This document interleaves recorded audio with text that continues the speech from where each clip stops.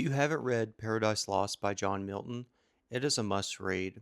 Milton begins the book by explaining that he wants to justify the way of God to men. By doing this, he begins to retell the story of Genesis in the Bible.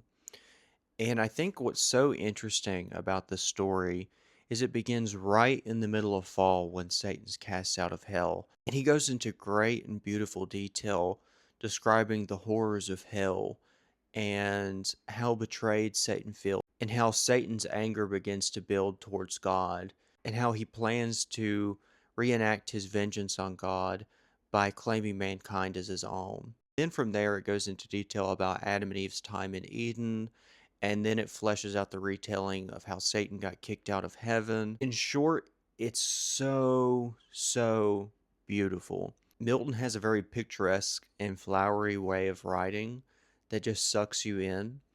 And while there's parts of it that are very hard to comprehend, because this is a very hard book to read, it is so rewarding.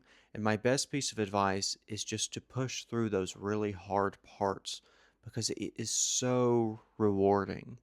One of my favorite parts of the book is when Adam and Eve both partake of the apple and Eden's splendor starts to fall away before their eyes. And it's describing how the atmosphere is so dreary and dark and everything's seems so mysterious and the things that they once knew as beautiful are now terrifying. There's so much to say about this book, and if you just want a really good read, please read this book.